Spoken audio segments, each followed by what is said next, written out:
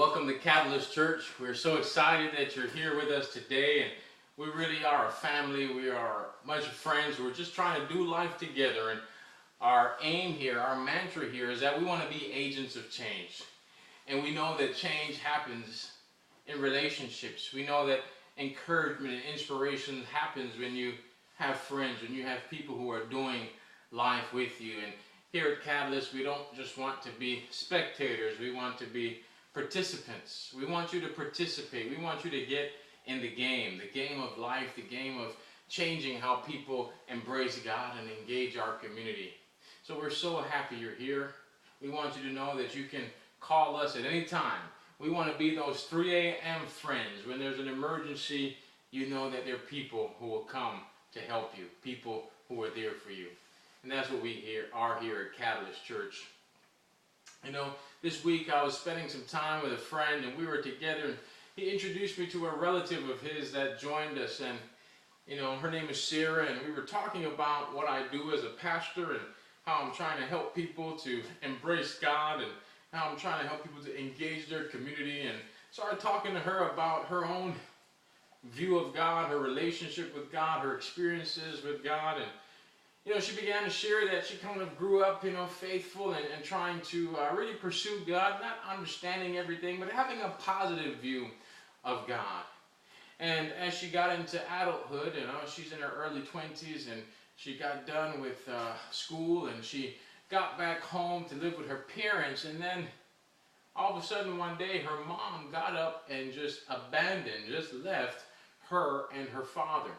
So here she was at this stage, this state in life where she's entering a new phase, entering adulthood, and all of a sudden her mom ends up just leaving, not just her father, but leaving everyone in a sense of wanting to start over her life. Her mom just said, I'm starting over, and I'm not taking you guys, and just leave me alone.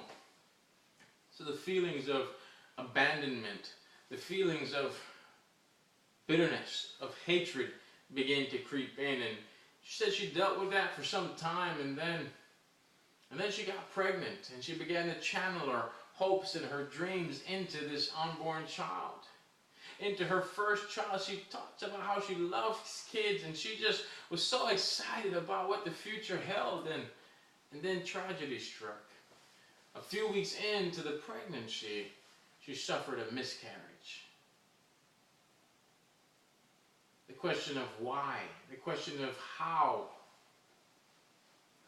And then the one person that she would have wanted to be there with her, to comfort her and to help her back to physical and emotional health, her mom, was not there, was nowhere to be found. The pain, the rejection, the dejection, and she said, Steve, it hurts, it still hurts, and you know, why would I pursue God? Why would I give my heart to God if bad things are going to happen anyway? I just know it. Bad things are going to happen, so why go through the whole thing of trying to go after God if bad things are going to happen anyway? And she didn't quite use these words, but what I heard her saying was, Steve, I think God broke a promise. I think God broke his promise that he was supposed to be there for me. He was supposed to protect me. He was supposed to give me joy and happiness and fulfillment. But yet my life is painful. It's hard. It's challenging. I think God broke a promise. And I began to think about my own life and the seasons where I've wrestled with this, and some of those seasons are even recent.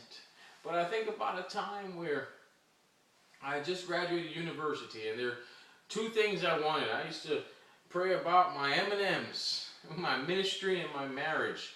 I wanted to get married to my then girlfriend. I wanted to go into the ministry. I wanted to be a pastor, and things were coming along well. I graduated, and I was one of the speakers at my commencement, and life was before me, and there was a minister that was training me and helping me to go down this road, and he promised me a position in the church on staff when I graduated. And a little after graduating, he had a moral failure, and he stepped out of ministry and stepped away from even the church where I was attending. And so that's one dream down. The person who was helping me and guiding me and my contact to be able to fulfill that dream is gone. My dream is seriously affected. But at least I have my girlfriend, and we're getting married, and then we break up. And so my dreams are crushed. I'm disillusioned. What I'm moving towards, what I'm praying for and hoping for, it's not happening. And I began to feel, God, do you care what I'm going through? And there's a verse I came across and people would encourage me with, and it's in Psalm chapter 37, verse 4, and it says, delight yourself in the Lord, and He will give you the desire of your heart. Delight yourself in God, and He will give you the desires of your heart. And as I looked at this verse, I was saying, I think I'm delighting myself in God. I'm trying to love Him and pray and have a relationship with Him and embrace my spirituality and my faith, and yet the desires of my heart are nowhere to be. Actually, they're further away than they've ever been. And that question comes up. I think God broke a promise here. I mean, it could just be me, but He promised the desires of my heart, they're not coming through. So, God, this might not be politically correct. It's probably not theologically correct. It's probably not morally correct. But I'm just saying, I think you broke a promise here. And I wrestle with that. And yet at the same time, as I would sit there on the banks of the Potomac River in Washington, D.C., and it's right behind the Lincoln Memorial, overlooking Arlington Cemetery and the eternal flame where JFK is buried, and yet as I sat there and looked at the waves in the river and just thought, I said, something's not gelling. I think God broke a promise, but everything else that's revealed about God, everything else I know about God, tells me that God doesn't break promises. That tells me that God is not a man that He should lie, that He should take back His word. But I feel like He broke this one, at least in my life. And I began to think, am I holding God to a promise that He didn't make? Am I holding God to a promise that He didn't make to me? But it says He'd give me the desires of His heart, of my heart, but am I seeing this the wrong way? Have you ever been held to promises that you didn't make? It's not a pleasant thing. Being held to expectations that you didn't commit to. Every now and then my kids say, Daddy, you promised us Chick-fil-A. I didn't. You heard me say I promised you Chick-fil-A. Well, you promised you'd get us something to eat, and we want Chick-fil-A, and so you promised us Chick-fil-A. So I promised you I'd feed you. That's my obligation as a father. But I didn't promise you Chick-fil-A. But there's a sense of, we expected you to get Chick-fil-A, and you're not meeting that expectation, even though you didn't know it. Or it might be you're at work and you get an email on Friday evening or a call saying, where's the project that you promised to have completed by the close of business on Friday? You say, I promised I'd give you complete the assignment by Friday. I didn't promise that. I said if I'm given the resources that I'm needed, I'll try my best to finish it up as soon as possible. But I didn't promise it would be ready by the end of Friday. But yet you're being held to promises you didn't make. That's not pleasant. That makes you feel put in a corner, and now you're angry and frustrated because I didn't fulfill something that I didn't even know I was supposed to fulfill.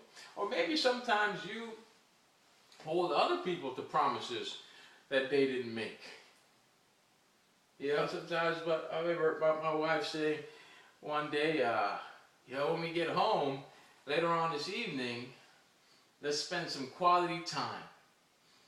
And, I perked up. I said, wow, man, quality time. That's what I'm talking about. So I'm looking forward to some quality time. And we get home, and as a family, we watch a movie, and we laugh, and we have dinner, and we have a great time. But I'm still looking forward to the quality time that was promised, and yet, unbeknownst to me, my wife goes to sleep. I feel pretty dejected. There was a promise that was made to me. So in the morning, I'm a little upset, and she says, what's wrong with you? I say, you promised quality time last night, and, I felt like there wasn't any quality time. And she says, well, we had dinner, we laughed, we watched a movie as a family, we were together on the sofa, and it was a great evening of quality time as a family. What were you thinking, Steve? Busted. I was thinking the same thing as you, the same exact thing. So what was happening? I was putting an expectation. I was holding her to a promise that she didn't make. Maybe my definition of quality time is a little different than hers, but sometimes we hold people to promises they didn't make. So what if we're holding God to a promise that He didn't make? Did God promise that we wouldn't experience hardship? Did God promise that there wouldn't be hard times? Did God promise no challenges? Did God promise that we wouldn't face sometimes the repercussions of our own poor choices? Did God promise that our loved ones wouldn't hurt us? The answer to all these questions is no. God never promised that life would be cozy. God never promised that there would be no challenges. And so how do we deal with the pain and the discouragement and the disillusion and the despair and sometimes even the depression that comes from living in a world, living a life that's challenging and hard at times? Well, the first thing we can do is accept that the pain is real. It is real. The things we feel, the hurt, the disappointment, it's real. I mean, it could take over your mental space. It could take over your emotional bandwidth. It's real. And how do we rectify this with our faith? Well, Jesus tells us, in this world, in this life, you will have many troubles. But take heart, I have overcome the world. James says, consider it pure joy when you face trials of many kinds. There's an assumption that we're going to face trials. There's an assumption that there's going to be hardships. And the assumption comes from the place of knowing that we live in a broken world. If humanity has chosen to be independent of God and make choices outside of the intentions of what we were created to be and do, then it's broken. And as we take the aggregate of our individual and collective decisions to live life outside of the intentions of God, we're going to experience brokenness. We're going to experience hardship. Accept that it is real.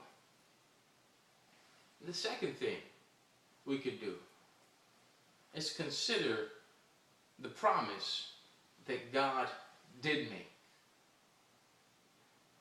So instead of holding God to promises that He did not make, let's consider the promise that God did make. Now I'll go back to me sitting on the banks of the Potomac River and wrestling in my faith, wrestling at this critical juncture for the rest of my life. I was praying through this verse, delight yourself in the Lord and He will give you the desires of your heart. And I was angry, and I was trying to figure this thing out. And I had a light bulb moment. I had an aha moment. Delight yourself in the Lord, and He will give you the desires of your heart.